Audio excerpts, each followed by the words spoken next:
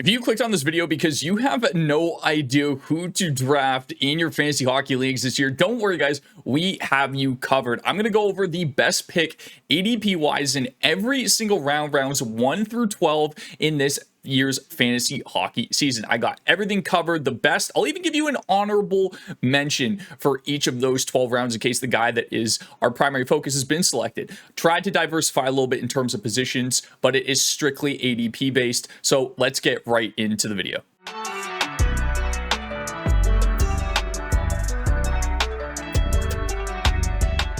All right, so like I said, guys, it'll be ADP based. So again, obviously we know the best pick in round 1 is probably McDavid, but you know, if you don't have the number 1 spot, what is the best pick? What is the best pick for in terms of value based off of ADP? In my opinion, it's Nikita Kucherov. We're going to start with the honorable mention in Austin Matthews. I think you're getting him at an incredible discounted value this year, especially the fact that, you know, he has some of the best upside in all of fantasy hockey, just given his shot, goal, even point, even the peripherals with Matthews now with the hits and the blocks. There's just so much floor and upside to Matthews. It's unbelievable. But there are a couple concerns which has pushed him back from an ADP perspective. And it does kind of handcuff you at center a little bit if you do take Matthews outright. But for me, I think the best value is Nikita Kucherov. If you're in the 4 spot, he's a no-brain pick here. You can take Makar over him at 4 if you really want. But the fact that Kucherov's been a consistent 120-point player up until this point, we have him projected for 128 points going into next season. He'll get you 40 goals. He'll get you a great amount of shot volume now. He is absolutely elite, one of the best in the league, if not the best when it comes to power play points as well. So Kuch is a great option, gets you in that right wing position early on, and you should be good moving forward for round 1. Round 2 is where it gets a little bit interesting. I think Kyle Connor is an incredibly safe pick this year. I think he's got a really good shot volume. I think he's got a really good point upside as well. We saw him hit over that 90-point mark. He's in a contract here on top of that, so you know this guy is going to want to pop off. And at ADP 16, I think he's a really, really good spot in that second round. He's very safe. He gets you, again, another wing position. And for your honorable mention here, you have Jack Hughes. Jack Hughes is an incredible value, and I honestly am looking to take him at the 11 spot, even into round 1, well before his ADP, but he does have a substantial amount of risk associated to him, guys. He is very constantly injured and very clearly plays 62 games a season, or at least he has the past 2 years. So you have to price that into his ADP. I think he definitely has more upside than Kyle Connor, for example, in terms of what he could produce on a per game basis. He's much better, but Kyle Connor is very safe, has a high shot volume, is great on the power play, and will get you a ton of points on top of that. You can get Rangers players at a discounted rate this year, and I think there's just an insane amount of value for getting Artemi Panarin into round 3. He is only left wing eligible, but the fact that he had 89 points last year in one of the worst seasons the Rangers have had in recent memory, and he's only 1 year removed from a 120-point season. The fact that you could draft a player in round 3 that is still going to get you 40 goal and 95-point upside with a ton of power play points and a decent shot volume on top of that is just insane value.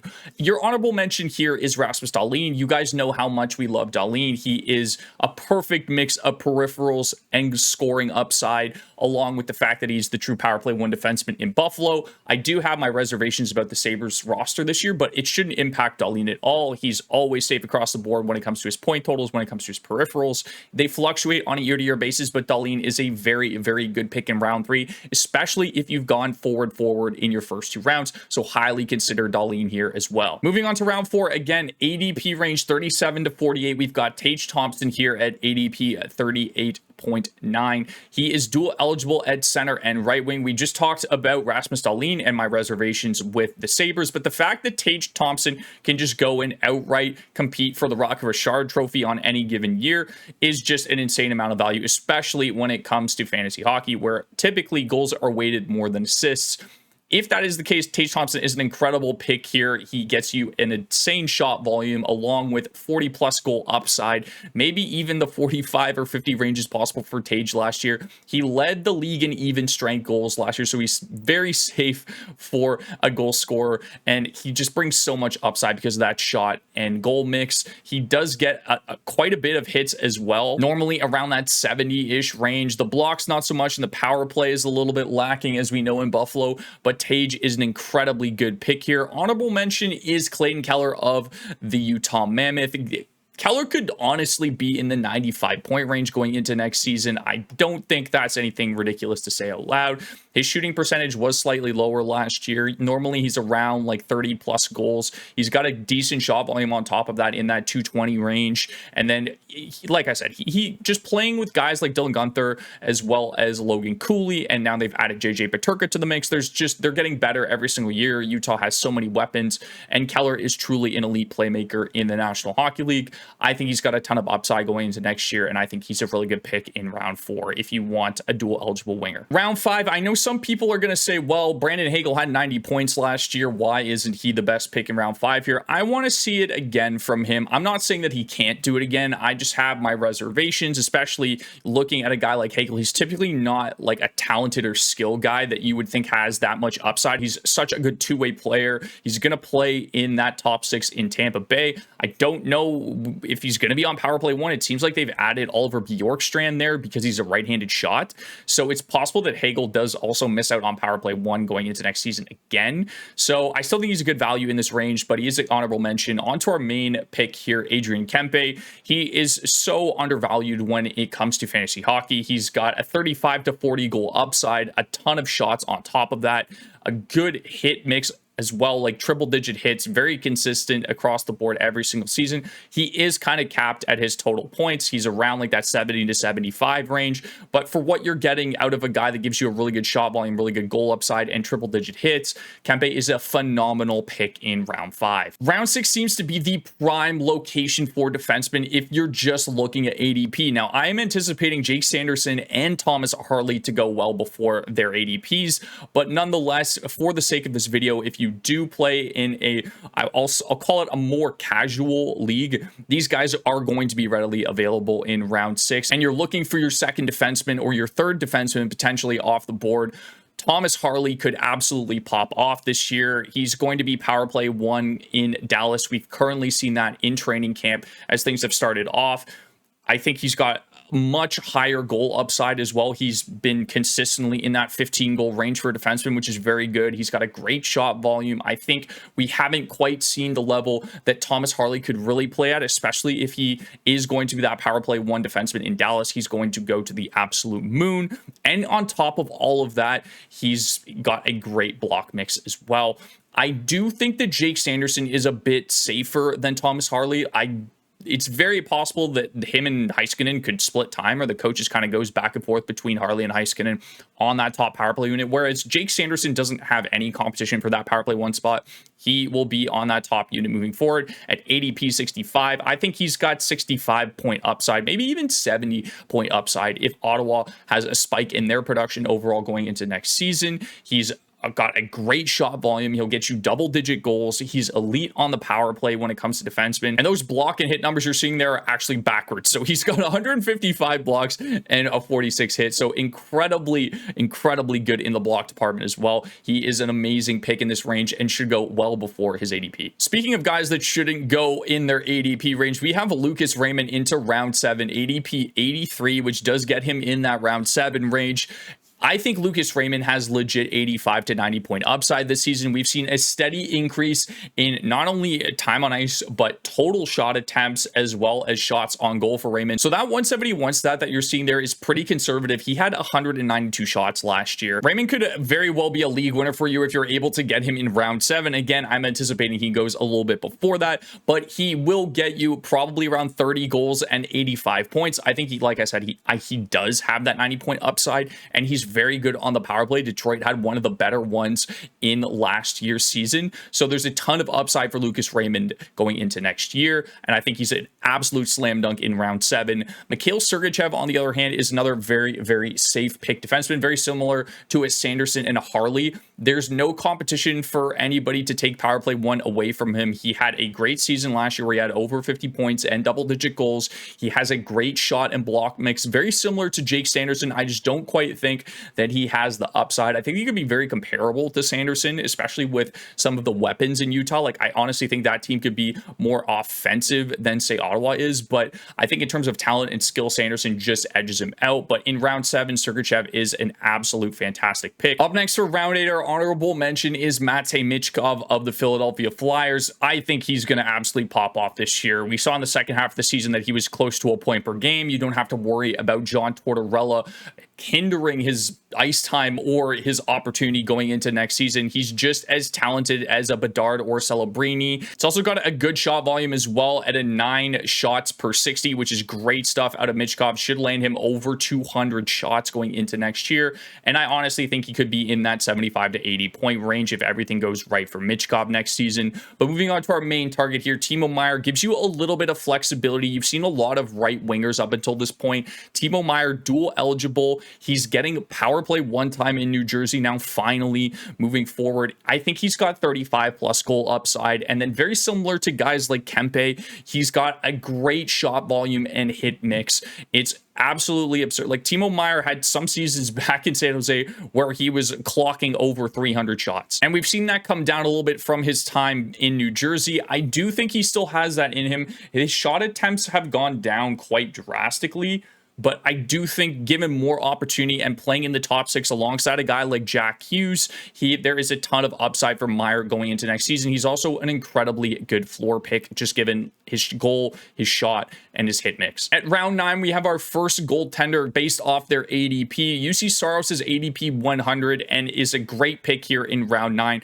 We're not expecting the Preds to make a big jump, but they should definitely be better than what they were last season. Regardless of how good or bad the Preds are next season, UC Saros is going to play a ton. He's basically 2 years removed from being a top 5 goalie in the National Hockey League. He's going to play over 60 games. He should get you around 25 to 30 wins. He'll have a very, very strong save percentage and goals against average as well. He is an absolute slam dunk pick in this range, especially if you're looking for your first goalie off the boards. He is so talented, guys, and he's not aging out either. He's at the ripe age of 29. Goalie primes actually normally start in their early 30s, just given the development curve for that position. So Saros should bounce back to what we've seen in the past and could honestly be elite going into next year. I think he is going to be amazing looking towards next season. Definitely consider him in round 9. And then if not, we've got Zach Hyman, who you're getting at an absolute discount this year. He's got a great shot volume. He'll get you triple-digit hits. He's got a ton of goal upside. And if Connor McDavid absolutely goes God mode like we know he can, Zach Hyman is going to be the beneficiary of that, especially on the power play. He's going to eat up those tapping goals that McDavid feeds him constantly. So there's a ton of upside for Hyman going into next year. I don't know if we'll ever see another 50-goal season out of Hyman, but I do anticipate that he will have a pretty high goal total in that 35 range and a good amount of shots and hits on top of that. Round 10, and one of my absolute favorite picks going into next season, the guy that I am constantly reaching on, is Dylan Guenther, ADP 109. You're getting him in round 10, which is an absolute steal. Guenther could realistically be close to a point per game next season, and I think he has 40 goal upside. We saw last season he had 27 goals in only 70 games, so if he plays around that 80 game mark, he should have well over 35 goals. He is an elite shooter. He is on one of the best power plays in the National Hockey League now in the Utah Mammoth. He's surrounded by elite playmakers in Clayton Keller, in Logan Cooley. You've got Sergachev on the back end. Like, there is a ton of upside. He's the main trigger guy on that power play. If you watched him at all last year, they constantly look for this guy on the power play. He is going to pop off. There's a ton of upside with Guenther going into next season. We have him projected for 70 points in 75 games, but I truly believe that he could be over that 75 point mark, even into the 80 point mark with 40 goals. Your honorable mention here is Jackson Lacombe of the Anaheim Ducks. We should, up until we see otherwise, assume that Lacombe is going to be the power play 1 defenseman in Anaheim, finishing the year with 43 points in 75 games. Lacombe has a lot of offensive tools to him and really took a big step last year. And if he quarterbacks that whole power play for the entire duration of the season,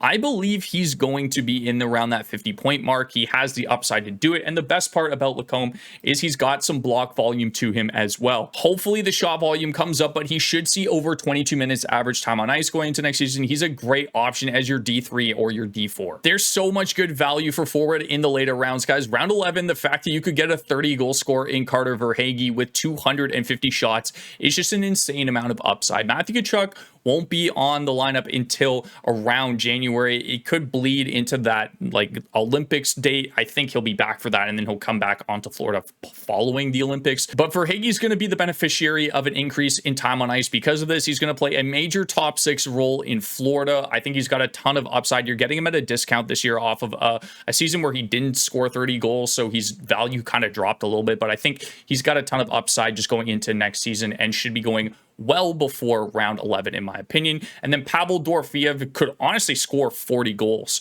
I think the biggest thing with Dorofeyev is he doesn't quite have the point upside that Verhaeghe does. Like, they have very similar shot and goal upside. But I think if Dorofeyev plays top line with Jack Eichel and Mitch Marner, he becomes a league winner outright. So definitely consider that as well. He is also dual eligible, which is something that Verhaeghe doesn't have, but both really, really good goal upside and shot volume guys for your round 11 pick. Round 12, your honorable mention is Lucas Dostal. I think the Ducks are going to take a bit of a step this year. We've seen the addition of some veteran players into their mix, as well as the growth from a lot of their younger players towards the end of the half of last season. So I think the Ducks will be a lot better, and Dostal will play a ton of games, guys. Very similar to Saros. He should get over 60 starts. The wins might not be a crazy amount, but the amount of volume that this guy is going to get is going to be insane going into next season, especially as a value pick in round 12 plus. Definitely look for Dostal, just given the fact that he's going to play a ton. And then our main focus here, finishing up our list, is Quinton Byfield of the LA Kings. I think Byfield has a ton of upside. I think he's getting slept on a ton right now because he's really just produced at around that 50-point rate. But it does take a little bit of time for these players to develop in the National Hockey League, guys. And he has a ton of skill. If you watch some of his highlights from last season, he is flying around the ice in preseason. I watched a clip of him absolutely just dancing around in the corners. He's a big body. He skates so well. He is going to break out even further this year, and I think he'd be into that kind of 65-point range. We have him projected for 64 points going into next year. He's going to get that top-line power play time as well, and he's got a good shot hit mix on top of that. Byfield is just a player that you should be looking for in round 12. Even before that, guys, I'm okay with reaching on him a little bit, but just an amazing pick for round 12. That's going to do it for this video, guys. Thank you so much for watching. Leave a like and hit that subscribe button if you enjoyed the content. We've got a ton more. There are some incredibly good videos coming out for you guys this week, letting you know well in advance. We've got more sleepers coming. We've got the worst pick in every round coming out as well. So stay tuned for a bunch of content before your fantasy hockey drafts go live. As we inch closer and closer to the season, hit that subscribe button. We've got a ton of stuff planned for in season as well. I will see you in the next video.